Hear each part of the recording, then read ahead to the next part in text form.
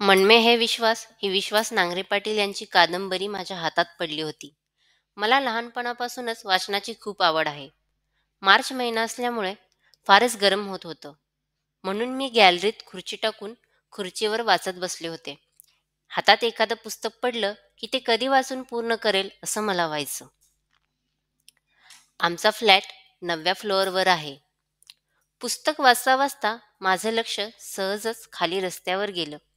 एक माणूस आमच्या गॅलरीकडे माझ्याकडेच बघत होता. शेजारी एका बिल्डिंगचे काम चालू होते. मला वाटलं असेल त्यांच्यातलंच कोणीतरी आणि मी पुस्तक वाचण्यात मग्न मग्न झाले. 1 तास झाल्यानंतर माझं पुन्हा एकदा रोडवर लक्ष गेलं. तर तो माणूस अजूनही तिथेच रस्त्याच्या कडेला उभा होता आणि आमच्या गॅलरीकडेच बघत होता. म्हणून मी उठून आत येऊन बसले. इतक्यात माझे मिस्टर व माझी मुलं आली. मोठा मुलगा शुभम व मुलगी शरयू. आम्ही चौघं म्हणजे माझी दुनिया. माझ्या विश्वात मी खुश होते. माझ्या मुलांचं खाणं-पिणं आणि संध्याकाळचा स्वयंपाक उरकण्याच्या नादात तो माणूस गॅलरीकडे बघत होता हे मी विसरूनही गेले आणि यांनाही सांगितलं नाही. आज शुभमचा 16वा वाढदिवस होता. म्हणून त्याच्या काही मित्रांना घरी बोलावलं होतं. पावभाजीचा बेत होता. मी मार्केटमध्ये भाजी आणायला चालले होते.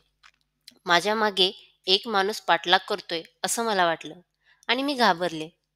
काल गॅलरीकडे बघणारा माणूस हाच तर नाही ना, असं मला वाटलं. मी इकडे-तिकडे बघत जुजबीच भाज्या घेतल्या व घाईघाईतच घरी आले आणि घरी आल्यानंतर यांना घडलेला प्रकार यांच्या कानावर घातला. आज रविवार होता. घरातील किराणा मालही संपला होता. महिन्याचं राशन भरायचं होतं.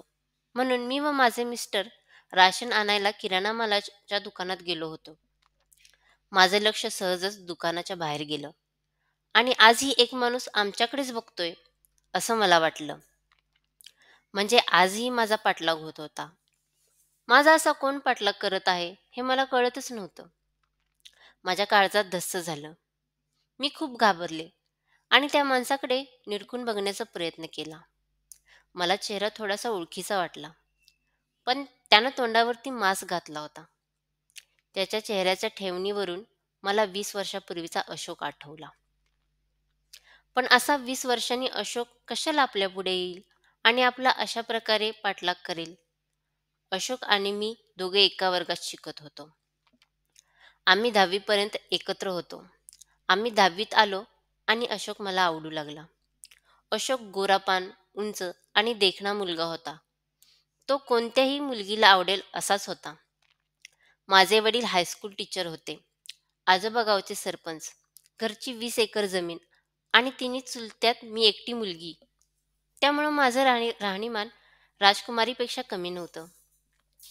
मी हळूहळू अशोककडे आकर्षिले जात होते. पण हे एवढं सोपं नव्हतं. आमची कास्ट वेगळी होती. बऱ्याच वेळा मी त्याच्याशी बोलण्याचा प्रयत्न करायचे. पण अशोक कधीच कोणाशी बोलायचा नाही. तो आपलं काम भलं आणि आपण भलं असा मुलगा होता. रंजना त्याची मामे बहीण आमच्याच वर्गात होती. त्याच्या शाळेला बऱ्याच वेळा दांड्या असायच्या. तो नाही दिसला की माझा जीव कासावीस व्हायचा.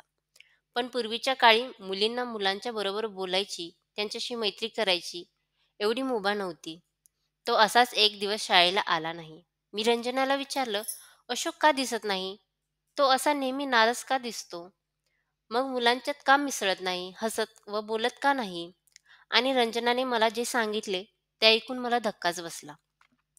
अशोकला वडील नव्हते. एकटी आई आणि अशोक दोघेच राहायचे. त्याची आई नेहमी आजारी असते. काय झाले त्याच्या आईला? मी विचारलं. काय माहिती? रंजना म्हणाली.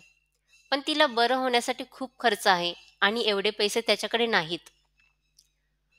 पुढे 8-10 दिवस झाले तरी अशोक शाळेत आलाच नाही. मी रंजनाकडे चौकशी केली. रंजना म्हणाली, त्याच्या आईची तब्येत फारच बिघडली आहे आणि तिला लवकरच दवाखान्यात न्यायला सांगितलं आहे. दवाखान्यात नेलं तरच ती वाचणार आहे. पण अशोककडे पैसे नाहीत. तो खूप चिंतेत आहे. मी विचारले, किती खर्च आहे? 10,000 रुपये, रंजना म्हणाली. मी विचार करत करत घरी आले. इतक्यात मला मी थोडे थोडे पैसे साठवलेले घरातील मातीची बिशी दिसली. मी ती लगेच फोडली. त्याच्यातून 4,000 रुपये निघाले आणि 6,000 रुपयांची जुळणी करून कुठून करावी हा विचार माझ्या डोक्यात चालू होता. इतक्यात माझ्या गळ्यातील सोन्याची चेनकडे माझे लक्ष गेले. मी सोनाराकडे जाऊन ती चेन मोडली. त्यातून ₹4,000 आले. घरी चेन हरवली म्हणून सांगितले. एकूण ₹8,000 जमा झाले. ती रक्कम मी रंजनाला नेऊन दिली आणि तिला ठणकावून सांगितले, की "हे पैसे मी तुला दिलेत, कोणाला सांगू नकोस." आणि असं तिच्याकडून वचनही घेतलं. तिच्या डोळ्यात पाणी आलं. तिने माझे आभार मानले, मला घट्ट मिठी मारली. त्यानंतर अशोक आईला घेऊन हॉस्पिटलमध्ये गेला. मी रोज रंजनाकडे चौकशी करत होते. त्यानंतर 1 महिन्यांनी माझ्या वडिलांची बदली झाली आणि म्हणून आम्ही दुसऱ्या गावी राहायला गेलो. 10वी बोर्डाची परीक्षा आणि घरच्यांच्या माझ्याकडून फार अपेक्षा होत्या. त्यावेळी जास्त करून कुठेही फोन नव्हते. त्यामुळे रंजनाशी संपर्क तुटला होता. मी 10वीच्या अभ्यासाला स्वतः वाहून घेतलं होतं. मधूनच अशोकची आठवण यायची. त्याला भेटलं पाहिजे, त्याच्याशी एकदा बोललं पाहिजे. आपल्या मनात त्याला एकदा सांगायला पाहिजे असं वाटायचं. त्यानंतर 2 वर्ष गेली, पण कोणाशी संपर्क झाला नाही. माझी 11वी-12वी झाली आणि मला एक चांगलं स्थळ सांगून आलं. उरलेला भाग आपण उद्या पाहू.